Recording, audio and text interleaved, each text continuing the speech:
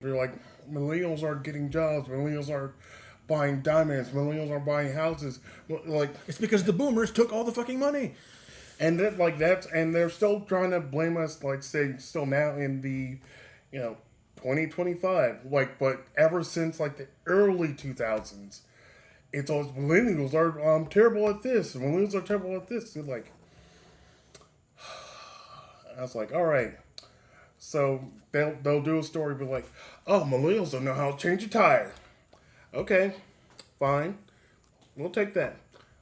Who was supposed to teach us?